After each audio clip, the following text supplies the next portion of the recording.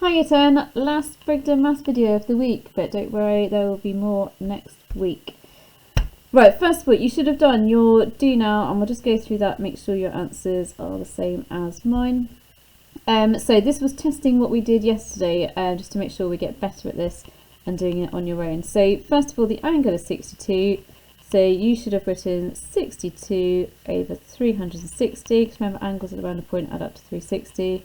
And then area, remember we used pi times the radius squared. So we need to do times by pi times by the radius squared. So remember the radius goes from the centre to the edge, the radius is just the 5. So we need to do times 5 squared.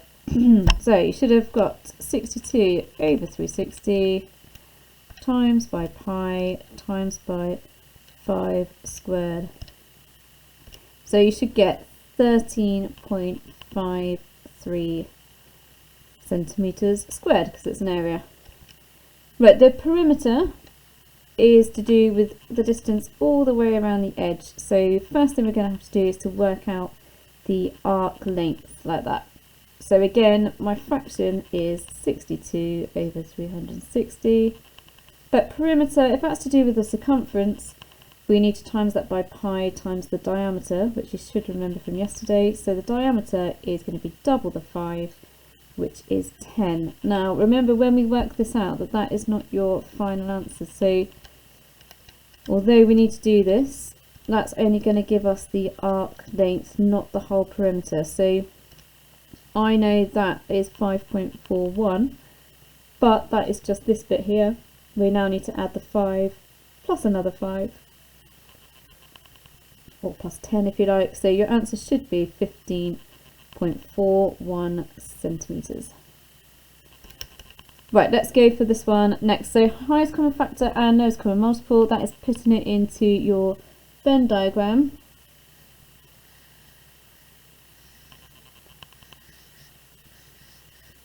So we've got 90 and we've got 525.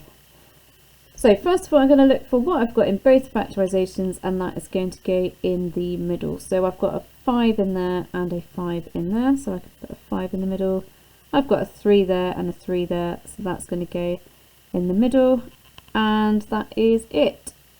Yep, so 90, I've already got the 3 and I've already got the 5, but I don't have the 2 squares, so I'm going to put the 2 and the 2 in there. And the 525, I've got the 3 already, I've got one of the 5, so I need to put another 5 in there because it needs to be 2 5s, and then the 7 I don't have yet, so the 7 is going to go there. Now don't stop there, lots of you, I did have to kind of remind you in the work you sent back to me that you now need to do the calculations. So it's not just about drawing the Venn diagram, it's now working out what is the HCF, what is the LCM. So the highest common factor is just the numbers in the middle times together, so 5 times 3. So your highest common factor should have been 15. And then the lowest common multiple, something else just to point out as well, lots of you are just well I say lots, a few of you are timesing this factorisation by this factorisation, but it's just the numbers in the Venn diagram that you times together, which is slightly different because of the overlap there in the middle. So it should be 2 times 2 times 5 times 3 times 5 times 7. I really don't want to write all that down, but I will. So 2 times 2 times 5 times 3 times 5 times 7. Here we go.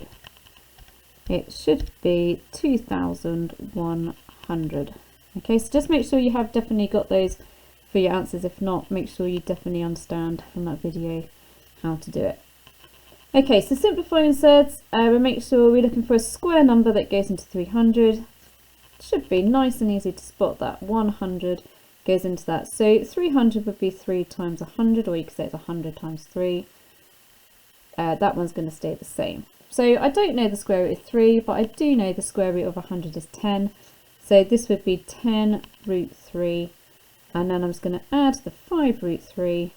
So 10 root 3 plus 5 root 3 is 15 root 3.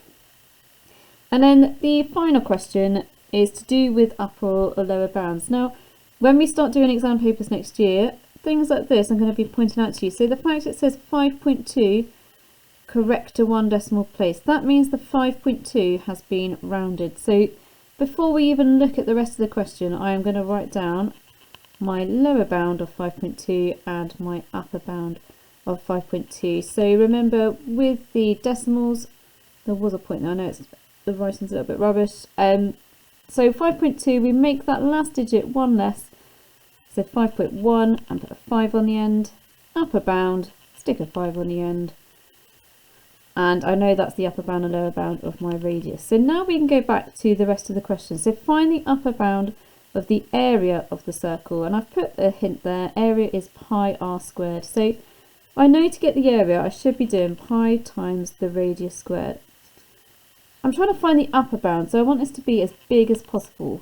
So I need to think about which radius would I want to use to make this as big as possible. Well, it's going to be the bigger number, isn't it? So to get my upper bound, I should be doing pi times 5.25 squared. And so then that gives me an answer of 86.59 and it's the area, isn't it? So centimetres squared. Okay, so now we'll move on to the next bit. I'm just going to warn you, it is a little bit trickier today, and I'm not saying that to put you off. I'm saying that in that you might look at the first example and think, I don't really get it. Keep with it. It's very, very similar the more we do. So question 1, you might think, actually, I'm not really that sure on it, but do bear with it. It will get better, I'm sure. So first of all, before we get started, I'm just going to remind you, I might change colours so it looks different to the question. I'm going to remind you of the formula that we used yesterday. So area we just looked at a second ago anyway. That looks exactly the same colour. That is a different colour, believe it or not.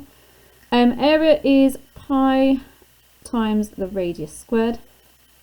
And then circumference is the other one that we did yesterday, which is the distance around the edge, and that is pi times d. So I'm just going to leave those there because I might refer back to them in a minute. So we've got this sector question. You can see straight away, I know that if I taught this in school, well, when I've taught it in previous years, first thing that someone always says to me is, Miss, what on earth is that bean here? So it does look like a bean. It is a Greek letter called theta that we use for angles. So that's the first thing that's different about this, is that we don't know what that angle is. It's just something. So instead of calling it x, they call it theta. So they just tend to use theta for angles. We know the area of the sector is 35, and we are trying to work out what theta is. So I would start this off the same way as we were doing the ones yesterday. So where we look at the angle and we put that over 360. So I don't know what that angle is, but I'm just going to write theta over 360, and we'll worry about what that is in a minute. Then it's to do with the area. So I know my area is pi times the radius squared. So I would times that by pi, and my radius is 8, so times by 8 squared. So this is what we were doing yesterday, but just the fact we've got a theta rather than a number. I now know that area is 35, so I know all of this must equal 35, and obviously this is slightly different to yesterday, but the trick is to think about which bit we're trying to work out and which bit we're trying to get rid of. So we're trying to work out what theta is. So first of all, I want to get rid of this bit here, and I find putting it into brackets is easier. Once you've put it into brackets, you always then divide by that bracket, because this is all times together. So to get rid of that and to move it over to here, I just divide by it. So to get theta over 360, I'm going to do 35 divided by pi times 8 squared. And we'll work out what that is now. So 35 divided by, and I'll put it in brackets, pi times 8 squared. So I get 0.174075719. I'm sure that was very exciting to watch. So that is theta over 360. I don't want theta over 360, I just want the theta. So remember, that means theta divided by 360. So to get rid of that 360, I need to times by 360. So again, to get theta, I'm going to have to times that answer that we just got. by 360. So you would probably still have this saved on your calculator. You wouldn't need to write it all again like me. So I'm going to use my answer button and hope it's still there. There it is, look. Times that by 360. So my angle is 62.67 degrees. Now question 1 on your sheet is really similar to that. So you might want to do question 1 now and then come back to do question 2. It's up to you, or whether you want to keep listening to the rest and then try the sheet. So question 2, this time I know the angle, I know the area, but I'm trying to work out the radius. So again, the starting point, exactly the same. If you know the angle, straight away we can write 42 over 360. Again, it's the area that I've been given, so I'm going to have to use again the pi times the r squared. So I would write times pi. Unfortunately, we don't know what r is, so I'm just going to have to leave that as r squared. But again, I know that the area equals 80, so all of this equals 80. So think about which bit do we want to find out, which bit are we going to have to get rid of. So I'm trying to find out r. So therefore, that's the bit I'm going to keep. I'm going to try and get rid of this bit. So that's what I'm going to divide by. So r squared would equal 80 divided by 42 over 360 times by pi. So again, I don't know whether you can see my calculator. It's quite dark because I'm doing this at night time. Oh, I haven't even put my brackets in. Here we go, brackets. So 42 over 360 times by pi. Oh no, it's all going wrong. Brackets over there. There we go. So I get 218.2696362. Right, again, just think about it. That's r squared that we found out. I don't want r squared.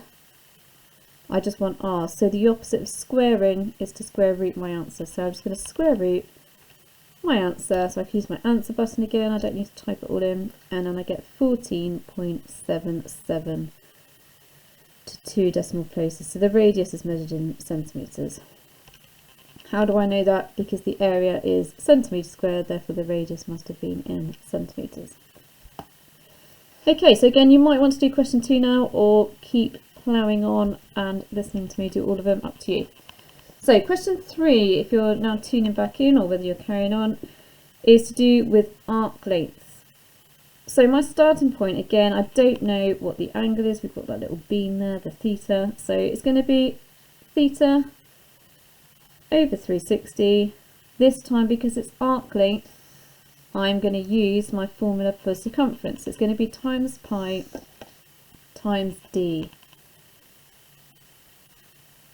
We do know what d is, I beg your pardon. The radius is 10, so the diameter is going to be double that, so 20.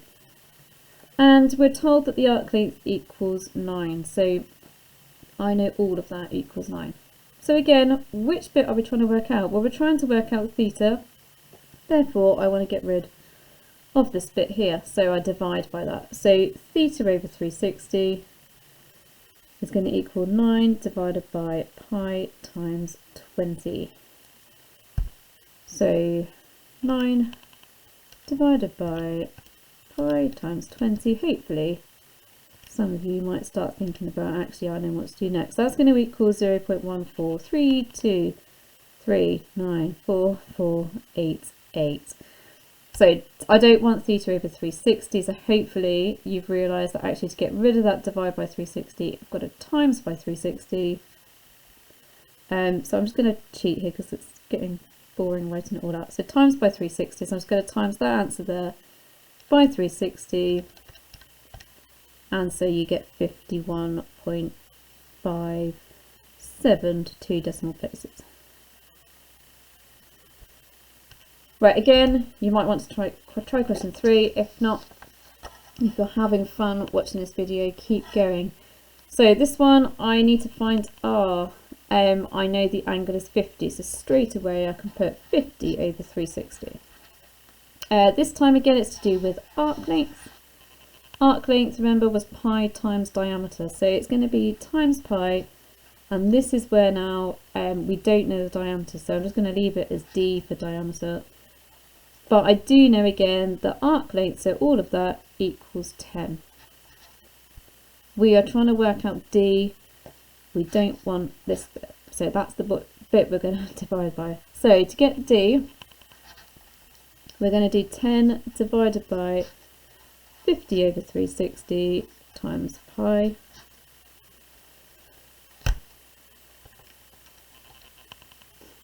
So 50 over 360 times 5 pi. So that is 22.91831181. So that, remember, is the diameter. We were asked to find r, so the radius is going to be half of that, so we now need to divide that by 2 to get the radius. So it should be 11.46 centimetres. Right, hopefully that makes some kind of sense. I mean, yesterday the work that you sent me was really, really good, and that's why I think actually we can move this on to try and do these harder ones, but they are definitely more tricky today. Obviously use the examples that we've just done to help you.